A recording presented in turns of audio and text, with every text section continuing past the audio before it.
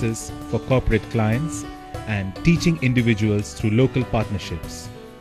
To bring the three strands together, we met in Chennai in November 2007 at the English for Progress, the first policy dialogue that brought together policy makers in the field of English language teaching and training from India, Sri Lanka and the UK. We continued the conversation we started in Chennai at English for Progress, the second policy dialogue in Kolkata, through 2 days of exciting exchanges.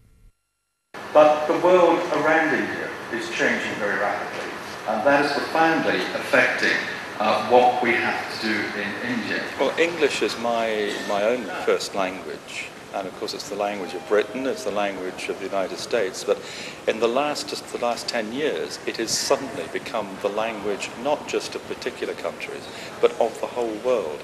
It's a different kind of English from the one I grew up, learnt and used.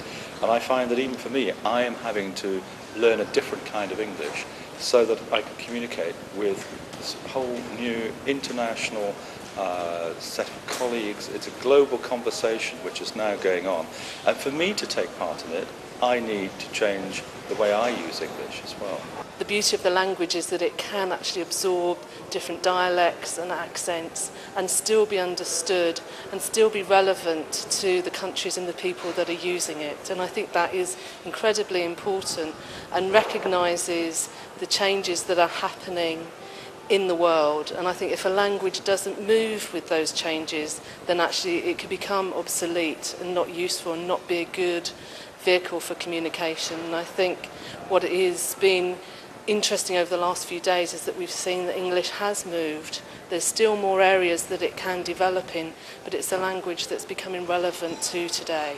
The programme here has, for someone like me, it's been extremely useful. It's been very well put together, and it's a rare kind of conference in which you find each speaker is talking about a different piece of the jigsaw. And the point is that this jigsaw, it's all the same jigsaw that we're talking about, all the pieces fit together. That is actually quite rare in a conference, but it is wonderful when it happens, as it's happened here.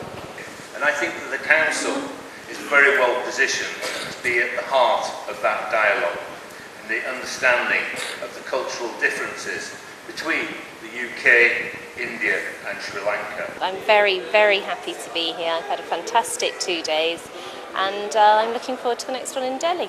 So I've been very interested at this conference to listen to other people coming from different sectors, talking about the big issues that are currently arising in private sector, things like BPO, call centres, but also perhaps for me the most interesting thing is the impact on education in India.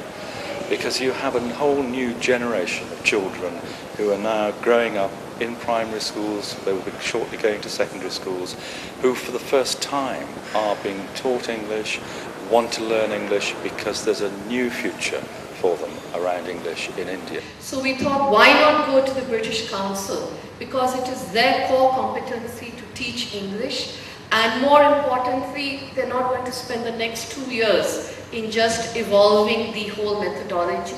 Hence we started this. We conducted a very thorough needs analysis so that we could have a clear idea of what the needs of the teachers were. And it emerged that the main areas were confidence in using English in the classroom and how to exploit the existing curriculum for speaking activities, because speaking is the main area of weakness. There's huge demand across India for improving English language learning skills to contribute to all sorts of things. And we at the British Council want to do our bit to try and be part of that discussion. And the approach that we've taken is to develop a project which works in a number of areas.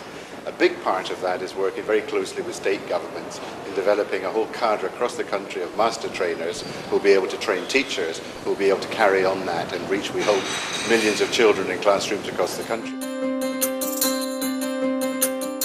We have a book for class 1 in West Bengal schools, and we also have a teacher's book that gives detailed instructions on the use of that book for pupils.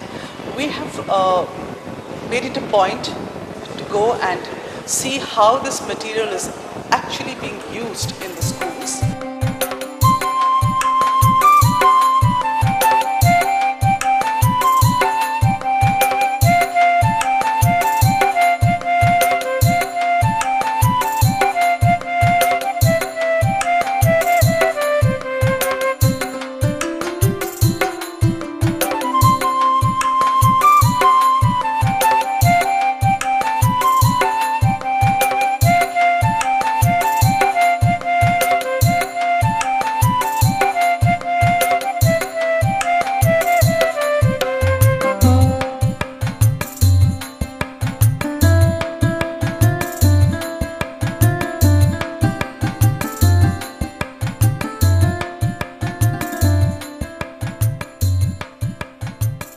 impact of the British Council on this project cannot be underestimated, because I think this project is of quite immense significance and will do a great deal for the future of West Bengal in terms of English language education.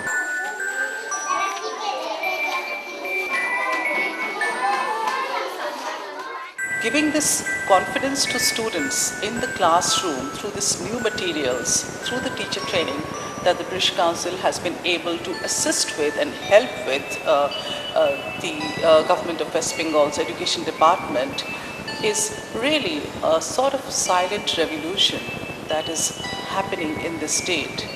And it has only been possible because of the tremendous support that we have got out of the government.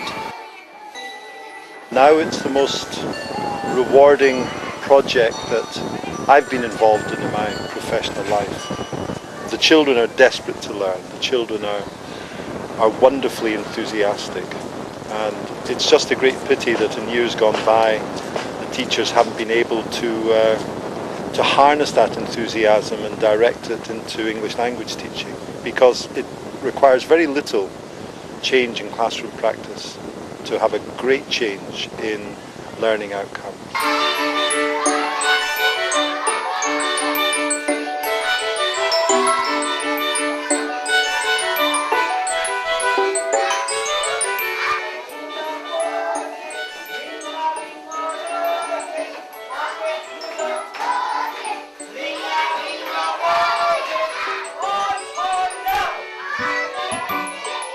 What is your name? I am Jeleypara. I am Operatamaka. I am Surikatamaka. I got this training to promote interaction in the classroom situations, particularly whose mother tongue is not English. Right, small t. But I find it very fulfilling professionally to know that there are children just round the corner from me as I speak who can interact with me when I walk into their classroom on the basis of materials that I've helped work on. My name is Samsung. Very good. You right. During our time, there was no such techniques, and we couldn't believe that we can also speak in English at the same time. While I applied those techniques and the activities to our students, and they are also responding very well, and automatically they can develop speech.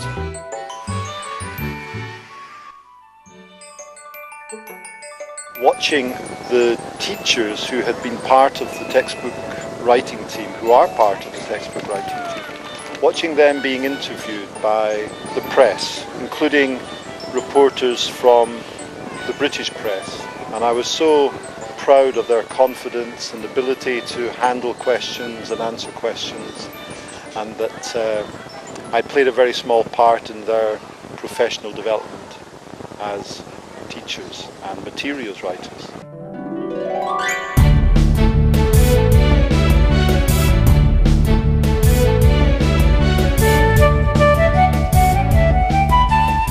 Without such visits, people don't know the impact that materials have at the grassroots level.